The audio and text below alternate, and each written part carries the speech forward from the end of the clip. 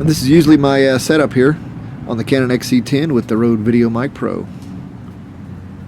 Is that not a beautiful setup or what? There you go. Alright, I'm going to turn the XC10 on here and show you how I use it. It is one of the coolest cameras I've ever owned. The image quality is unbelievable. Picture quality is okay outside. Inside they're a little soft. But anyway, we're going to cover how I set this sucker up, and you really do not have to touch the touchscreen. Now, I want to show you the wheel here. See the, if you look in the corner here, the ISO is moving. You can set that up in the menu, preset it up, and slam it in M. It's in M mode right here on the dial. Alright, M mode. And it's always in M mode mostly when I record, except sometimes I record in P mode, and the ISO is changing all the time. So what about the aperture? So we'll put it in aperture, and you can see the dial now. The dial worked for the aperture. See, it's closing down. See there in the corner of the screen? That's how I do it. So whatever you set it on here in aperture mode, you set it on we'll say it's on 4 now. Alright, so you got it set on 4 and you put it back in M. It stays on 4, see? 4 is locked in. Same as the shutter. There's the shutter right here. What is it on now? I'm trying to see it with my glasses. So we'll set it on 48 because it's at 24 frames a second. So and we slam it back in M mode. Oops, wrong way. Slam it back in M manual mode.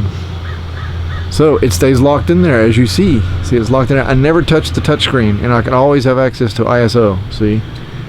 So you set the shutter, put it in M. Set the aperture, put it in M. Never touch the screen. You only have to touch the screen when you're going from HD. There's 4K. Get out back there, or you just hit the there you go. You can use the little wheel here, or little joystick. Anyway, people have been complaining on the internet, oh, it's so hard to change the ISO, it's so hard to do this, oh, it's a terrible camera. Look, there's the ISO right there. Yeah. Oh my god, it's so freaking hard. Look at that. So we'll change the freaking aperture. Oh my god, it's so hard. Change the shutter. Oh, it's so hard. Put it back in M mode. Wherever you set it on, it stays. There you go. Lock it in. Start filming. Now this camera, it films at a very high bit rate, 305 megabytes per second. It is very crisp. I usually record in 205. There's also that setting in 4K. But normally I record in HD just for basic stuff. Anyway, that is the basic setup. If you have the loop on here, it covers the screen, right? Just picture me having it on there. All you have to do is just what I said.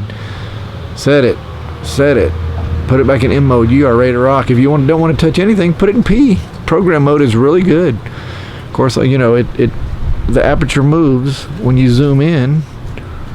If you do not want that to happen, you can set it in M mode, or set it on f5.6. Put it back in M. That means this lens is a constant aperture all the way to the end of 270 millimeters, which is a 5.6. Right? So 5.6, it is a constant aperture zoom lens. Also, if you set the aperture on, well, we could put it on. Let's see, I'm trying to see through the video here. We could set it on 4, aperture of 4.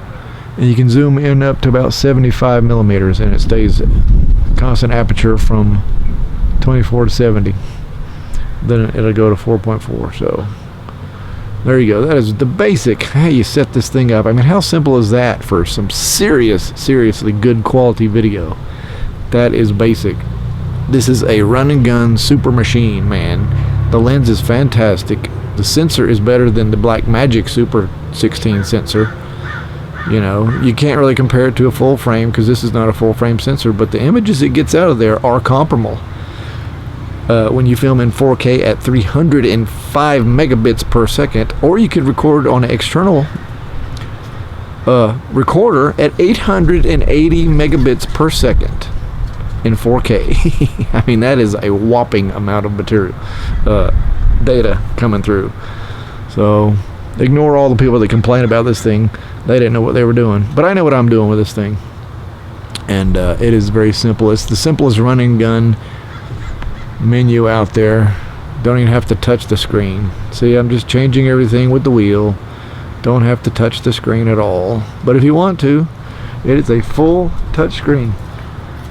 So you can do the iris here, shutter here, ISO here, whatever you want to do. It's very, very sensitive. Or don't touch it. It's up to you guys. Alright. There you go. Canon XC10. Take care.